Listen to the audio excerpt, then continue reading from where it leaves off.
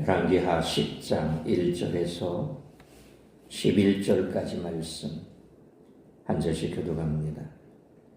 아합의 아들 70명이 사마리아에 있는지라 예후가 편지들을 써서 사마리아에 보내서 이스라엘 귀족들 곧 장로들과 아합의 여러 아들을 교육하는 자들에게 전하니 일러스되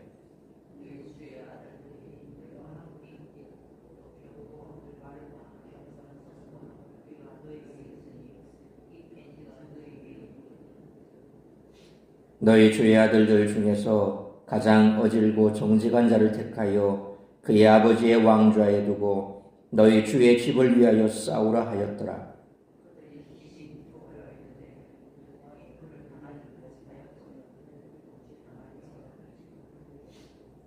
그 왕궁을 책임지는 자와 그 성읍을 책임지는 자와 장로들과 왕자를 교육하는 자들이 예후에게 말을 전하여 이르되 우리는 당신의 종이라 당신이 말하는 모든 것을 우리가 행하고 어떤 사람이든지 왕으로 세우지 아니하리니 당신이 보기에 좋은 대로 행하라 한지라.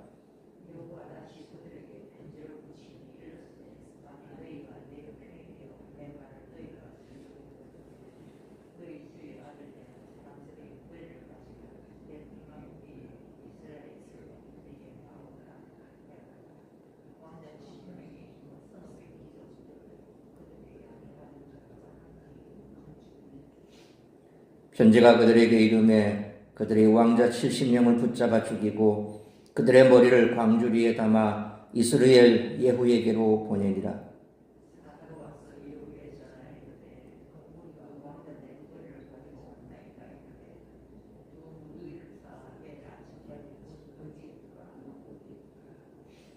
이튿날 아침에 그가 나가 서서 뭇 백성에게 이르되 너희는 의롭도다. 나는 내 주를 배반하여 죽였거니와 이 여러 사람을 죽인 자는 누구냐?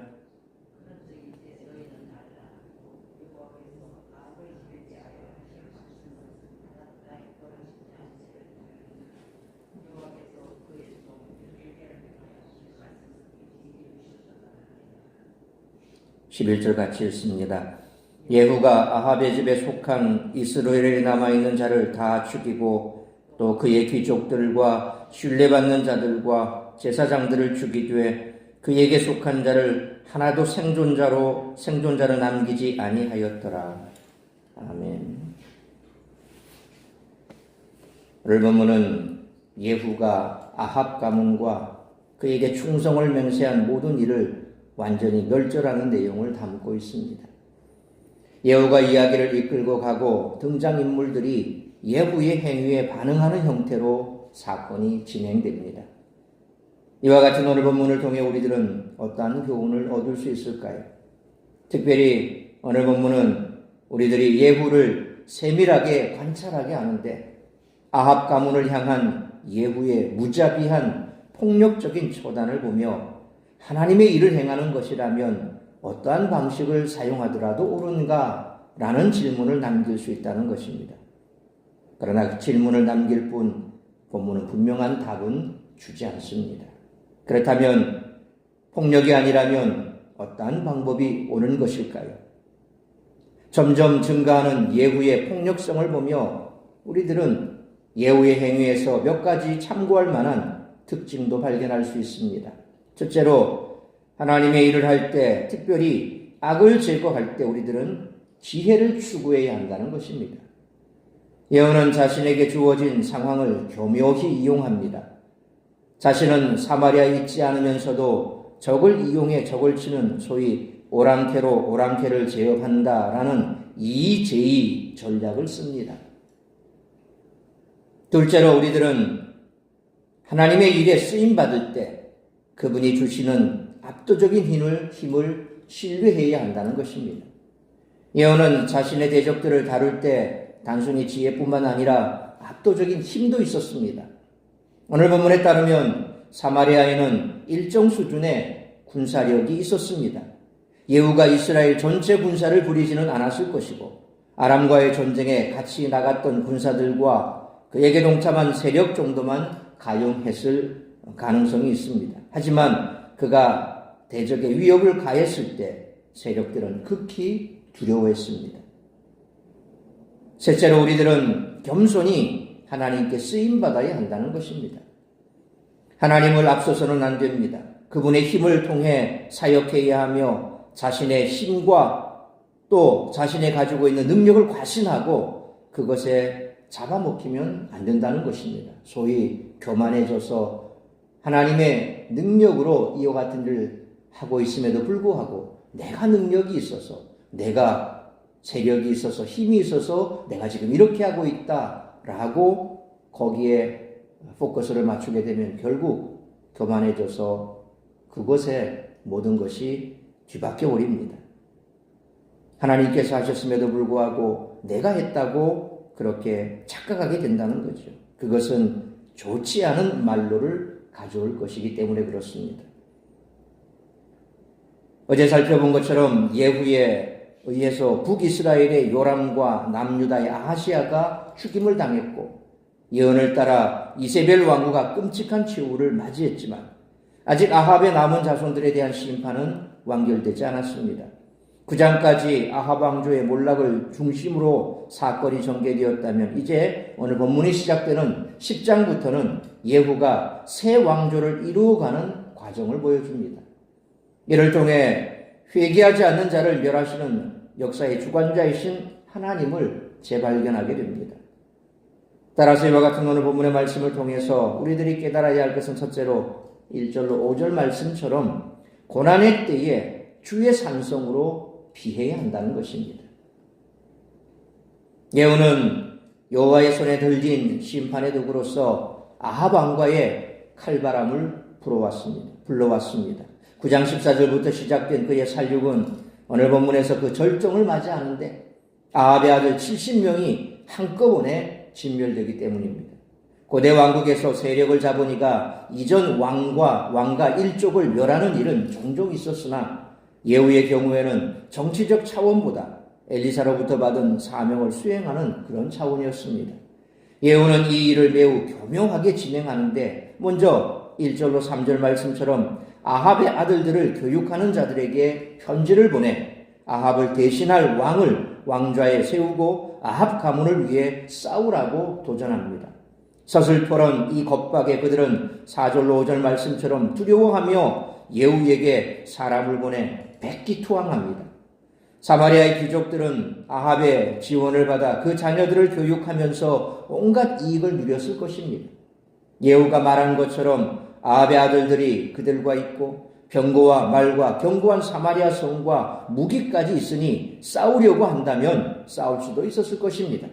그러나 예후의 말 한마디에 그들은 자신들의 자원을 사용해보지도 않고 포기했고 싸워보지도 않고 항복했습니다. 이 얼마나 허탄한 군세입니까? 영원한 안위를 보장받을 수 있는 산성은 결코 이 세상에 존재하지 않는다는 것입니다. 그러므로 시편 18편 2절 말씀처럼 오직 여호와만이 우리의 반석이시요 요새시며 방패시고 산성이시므로 고난의 때에 그 산성으로 그 날개 아래로 피하는 우리 모두가 되시기를 축원합니다. 두 번째로 6절로 11절 말씀처럼 끝까지 말씀을 이루시는 하나님 편에 서야 한다는 것입니다. 예후는 6절 말씀처럼 항복의 뜻을 밝힌 사마리아 귀족들에게 다시 편지를 보냅니다. 충성을 맹세하려거든 아합의 아들들의 머리를 가지고 이스라엘로 올라오라는 내용이었습니다. 귀족들은 예후의 명령을 신속하게 수행했습니다. 7절 말씀처럼 왕자 70명을 죽이고 머리를 자른 후 광주리에 담아 예후에게 보냈습니다. 예후는 8절 말씀처럼 그 머리들을 이스라엘 문 어귀에 무더기로 쌓아두었습니다. 다음날 아침에 예후는 백성들 앞에 서서 9절 말씀처럼 나는 내 주인 소위 요람 왕이지요. 내 주인을 배반하고 죽였습니다. 그런데 이 많은 사람을 죽인 자는 누굽니까? 이렇게 외칩니다. 요람을 배신한 자신의 죄를 자백한 것처럼 보이지만 70명의 왕자를 죽인 책임을 아합의 집에 속한 방백들과 귀족들에게 돌려 누구도 이 일에 관해 섣불리 예후를 비방하지 못하도록 머리를 쓴 것이었습니다.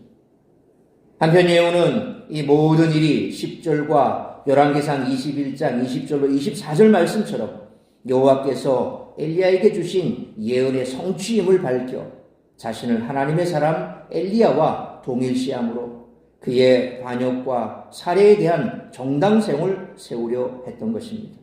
이를 통해 그는 대중적 관심과 지지를 얻었고 11절 말씀처럼 아합의 집에 속한 자들을 모조리 죽여 하나도 남기지 않았습니다. 이처럼 하나님의 말씀은 하나도 땅에 떨어지지 않고 결국 이루어집니다. 끝까지 하나님을 멀리한 아합 왕조와 그의 조력자들은 모두 망했습니다.